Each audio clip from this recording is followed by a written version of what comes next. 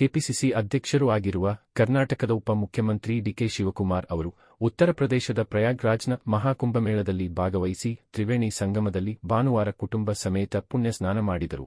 DCM DK Shivakumar ಅವರು ತಾವು ಅಜ್ಜಯ್ಯ ಎಂದೇ ಕರೆಯಲ್ಪಡುವ ನೆಚ್ಚಿನ ಗುರುಗಳಾದ ನೊಣವಿನಕೆರೆಯ ಕಾಡಸಿದ್ದೇಶ್ವರ ಮಠದ ಕರಿವೃಷಭ ರಾಜದೇಶಿ ಕೇಂದ್ರ ಶಿವಯೋಗೀಶ್ವರ ಶಿವಾಚಾರ್ಯ ಸ್ವಾಮೀಜಿಯವರ ಮಾರ್ಗದರ್ಶನದಲ್ಲಿ ಶಾಸ್ತ್ರೋಕ್ತವಾಗಿ ಪತ್ನಿ ಉಷಾ ಅವರೊಂದಿಗೆ ಪುಣ್ಯ ಸ್ನಾನ ಮಾಡಿದರು. ನಂತರ ಗಂಗಾ, ಯಮುನಾ ಮತ್ತು ಸರಸ್ವತಿ ನದಿಗಳ ತ್ರಿವೇಣಿ ಸಂಗಮದಲ್ಲಿ ಪತ್ನಿ ಉಷಾ ಅವರ ಜೊತೆಗೂಡಿ ಕನ್ನಡಿಗರು ಹಾಗೂ ಕರ್ನಾಟಕದ ಸರ್ವಾಂಗಣ ಅಭಿವೃದ್ಧಿಗಾಗಿ ಪ್ರಾರ್ಥನೆಯನ್ನು ಸಲ್ಲಿಸಿ ಆರತಿ ಬೆಳಗಿ ವಿಶೇಷ ಪೂಜೆ ಸಲ್ಲಿಸಿದರು. DCM D.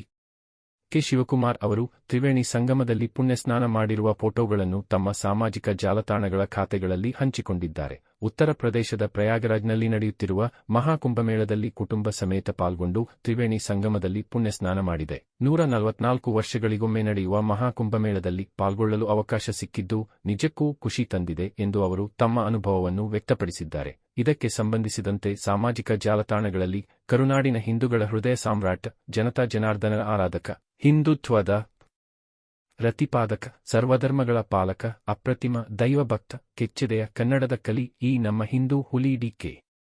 ಶಿವಕುಮಾರ್ ಎಂಬಂತಹ ಅನೇಕ ವಿಧದ ವ್ಯಾಖ್ಯಾನಗಳನ್ನು ಡಿಕೆಶಿಯವರ ಅಭಿಮಾನಿಗಳು ವ್ಯಕ್ತಪಡಿಸುತ್ತಿರುವುದು ನೋಡಿದರೆ ನಿಜಕ್ಕೂ ಇಂತಹ ವ್ಯಕ್ತಿತ್ವದ ವ್ಯಕ್ತಿಯೊಬ್ಬರು ಕರ್ನಾಟಕ ರಾಜ್ಯದ ಮುಖ್ಯಮಂತ್ರಿಯಾದರೆ ನಮ್ಮ ರಾಜ್ಯವನ್ನು ದೇಶದಲ್ಲಿಯೇ ಮಾದರಿ ರಾಜ್ಯವನ್ನಾಗಿ ರೂಪಿಸುವುದರಲ್ಲಿ ಎರಡು ಮಾತಿಲ್ಲ ಎಂಬುದು ಕರುನಾಡಿನ ಉದ್ದಗಲಕ್ಕೂ ಕೇಳಿ ಬರುತ್ತಿರುವ ಕೂಗಾಗಿದೆ. ಏನೇ ಆದರೂ ಎಲ್ಲವನ್ನೂ ಸಹ ಕಾಲವೇ ನಿರ್ಣಯಿಸಬೇಕಿದೆ. ಅಲ್ಲಿಯವರೆಗೂ ಕಾದು ನೋಡುವ.